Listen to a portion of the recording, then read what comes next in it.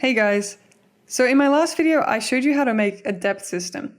And since then, I've gotten some great feedback, particularly from a user called Ariak, who was kind enough to take a look at my code, run some performance checks, and give me a few suggestions on how to optimize the system, make it faster and a bit simpler. And basically, I thought they were really great ideas, so I went back and I changed the code, and the result was a system that was much simpler, and in terms of performance, it was more than twice as fast. So I really think it's worth me going through this with you today. So before I do, I just want to make a point about optimization in general. So it's not like we're going to end up with a different system from the player's perspective, right? The end result is going to look exactly the same. It's just that same depth system, just a bit faster.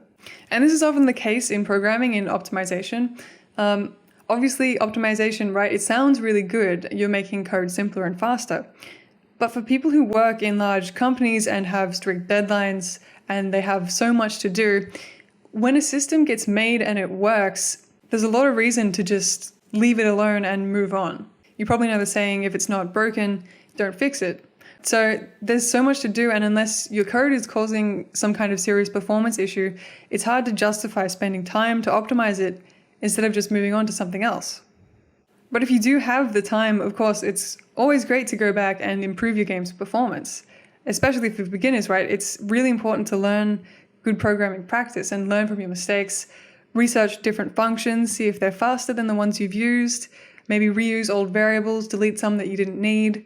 It really forces you to get familiar with the program, with GameMaker and the language. So it really teaches you a lot. But of course, there is a balance to be struck. You don't want to be over-analyzing every line of code you've written. The goal at first should always be to just get something working. And once you've done that, sure, go back and make it better, but don't let it paralyze you. So that said, I kind of wanted this video to be a kind of case study on how you would go about optimizing something. I just want to walk you through the kind of steps and logic. So to refresh your memory, our depth system that we made, its aim was to just draw the instances in order of their y position. So that instances with the lower y, right? Because the y origin, y equals 0, is up the top. We want them to be drawn first. And then as we go down the screen, we're drawing instances with lower y values. And they're going to appear in front of the instances behind them. And to do this, we were using a data structure called a DS grid. And it had two columns, remember? So one column that stored all of the instances ID, all of the instances that we wanted as part of the depth system. And in the other column, we were storing all of their corresponding Y values. And then we sorted our grid. We sorted our grid by the Y column in an ascending order so that instances with the lowest Y value would be up the top. And then we looped through that grid in order and drew them all. So that's how it worked. And to do that, we had a parent object. And in that parent object's pre-draw, we had a script that would resize the grid and then slot in the next instance. And so all of the instances that we wanted as part of the depth system, they were children of this parent object. So they would all be running that script. And once that was all done, the pre-draw event finished up, and we had a master sort of controller obj draw object to which the depth grid, the data structure, actually belonged to. So we had it sort the grid and then draw all the instances. All right, so we're back in our project. And if you're thinking about optimizing a system and you kind of just want to check if something is taking longer than you thought it would, you can come over and run the game in debug mode, right? So instead of just play, we're going to run it in debug mode. And you'll have this window open up. You might not have this little profile window here. You might just be seeing something like this. If so, you just right click here, split, and we'll split it on the right, make a new window. And we're going to set the type to the profile. All right. And instead of just kind of explaining what this does, I'm just going to show you what it does. So we're going to record some steps of the game. So it's still running in the other window. Yeah, and that's fine. And we'll stop it there. And for the purposes of this tutorial, I just want us to have a look at this column. So we can see what events, what scripts, what objects are taking up the most time to run in all of the steps. So we're running 211 steps. So it's this parent that's taking up the most time. So let's have a look at it. Maybe we can find something that we can try and cut down on. So it's the script that is taking the most time, and that makes sense. We've got all of our object instances running this script. So let's have a look. And so here you can see the main culprit, right? It's the resizing of the grid. So if we can, we should try and reduce the number of times we're resizing. At the moment, we're doing it every single instance is resizing the grid to slot itself in. Let's try and reduce that. And the other goal I want to set us is, so remember how we had this script here? I'm gonna get rid of that script altogether. I want all of this system to just run in OBJ draw.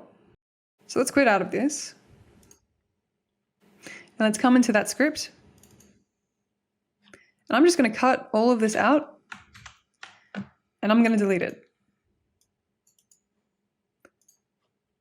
All right, and let's come into the OBJ draw. And I'm going to paste this in. And tab this over. And just for the sake of organization, so we don't lose track, I'm going to add a couple comments. So this was sorting the grid and drawing the instances. And up here, we'll add all instances to grid. All right, so we've got quite a few things to do. At the moment, right, we've just broken the system, it's not going to work.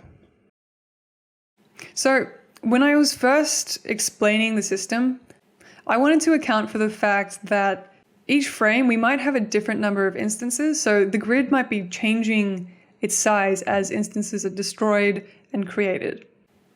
And when I first went about that, I thought I would just destroy the grid and create a new one and then resize it instance by instance to get the new height of the grid. But we don't have to do this. We're actually going to just resize it one time. We're going to clear the grid instead of destroying it. And we're not going to be creating it every frame. We're just going to create it once at the start. All right, so let's get rid of this destroy here and let's clear it instead. Clear.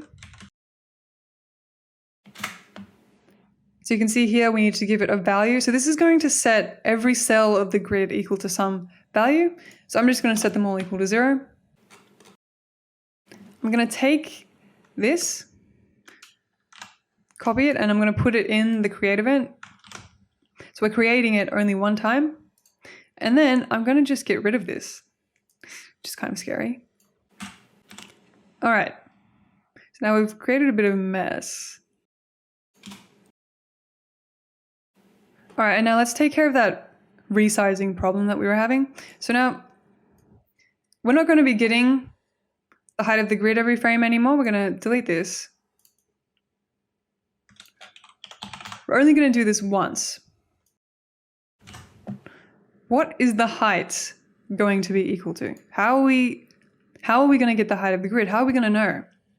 Well, the height of the grid is just going to be equal to the number of children, right, of the parent. So the number of instances of obj parent depth. And there's a function that we can use to get this.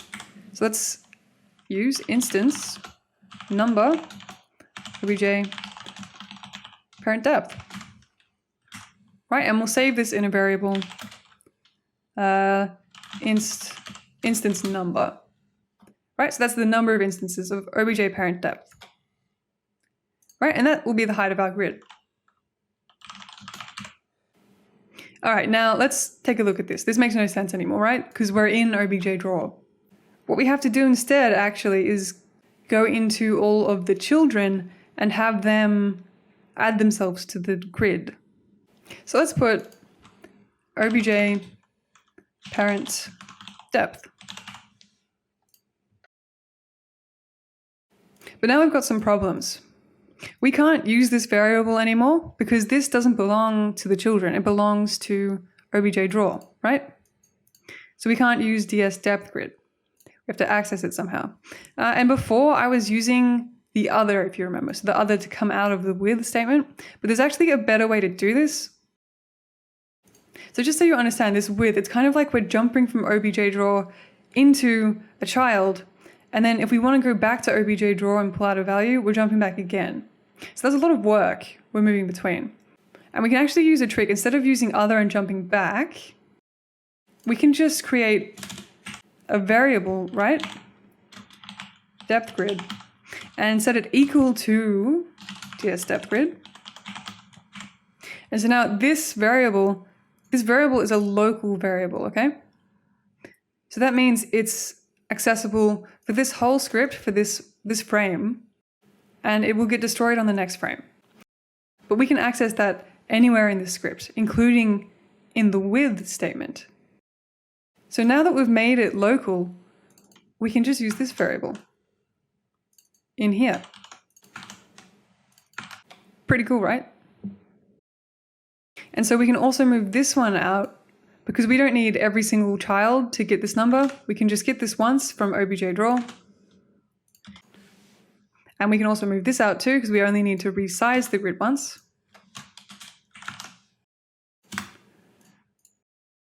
Cool, but we still get this problem here. So we're going to have to change these. We don't need these to be other anymore. We can just put, it's just going to be equal to the instance, right? And we should instead be using ID. And here we can also get rid of other, and that's just Y. So the ID of whatever child and the Y. But we still got a problem, right? We don't know where to slot in all of the instances. So we're going to need some kind of variable that is incrementing as we're looping through all of the children. So again, we can use our little trick with the local variables. And we can write YY, and we can have this increment from inside the with statement, right? And they're all going to be using this same variable. All of them can access this because it's a local variable, right? And we'll just set, so the Y value of the grid to be whatever YY is equal to. So there you go. We've gotten rid of the script and we've made it much simpler and much shorter. But there's still stuff down here to contend with. So now this is a really great example of a loop doing much more work than it has to. So remember, this is the loop that is going through the depth grid, starting at YY equals 0, looping, incrementing every loop, and it's going to keep doing that until it hits the height of the grid. But every single time it loops, it actually goes and executes this function to check the height of the grid. And we really don't have to do that every time. I can take this out, set it to a variable, and then put that in here instead. So that way it's only working this out one time, and it's going to save on some processing. But actually, we don't even need to do this anymore, because we already know the height of the grid, right? It's going to be the same as a variable that we've already worked out. It's going to be the same as the number of instances. So we actually don't need this at all. So we can just delete that and put inst num. So now one final thing. So we used a for loop here, but in GameMaker there's a number of different kinds of loops, and so one of them is called the repeat loop, which is basically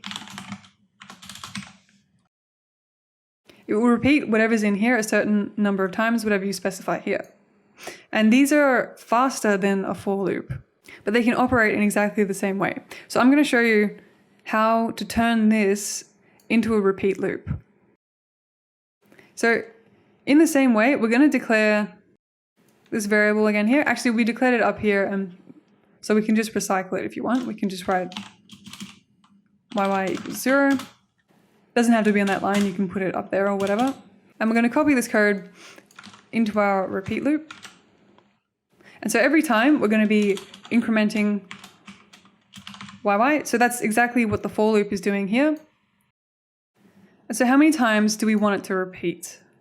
Well, that's just going to be equal to the number of instances, right? So we can just put inst num. And so that for loop right here and this repeat, they're essentially the same thing now. They're doing exactly the same thing. So let's just get rid of this. And that's basically it. And I'll just get rid of these comments just to show you how much we reduced the code. Right, so we've reduced our entire system down to about 20 lines of code. So the last thing to do is just to go back into the obj parent depth. We can get rid of this pre-draw event. So all that's left to do, right, is to just test the system and see if it's still working. Yeah, there we go. It's looking good. All right, so we're done. We've optimized our dev system. And just to finish off the video, I want to stress again that it's really not necessary to go optimization crazy, right? If you're stuck wondering whether you should use a for loop or a repeat loop and obsessing over the compiling time, just don't, especially if you're a beginner. Just use whatever's easiest for you. Because the beautiful thing about programming is that there are so many different ways to do something, and your job as a growing programmer is to carve out your own way. And that involves just trying stuff, just throwing code at the screen until you get something to work. Anyway, though, I hope you found the video helpful, and again, I'll be leaving a link to the finished project in the description. So take care, guys, and I'll see you next time.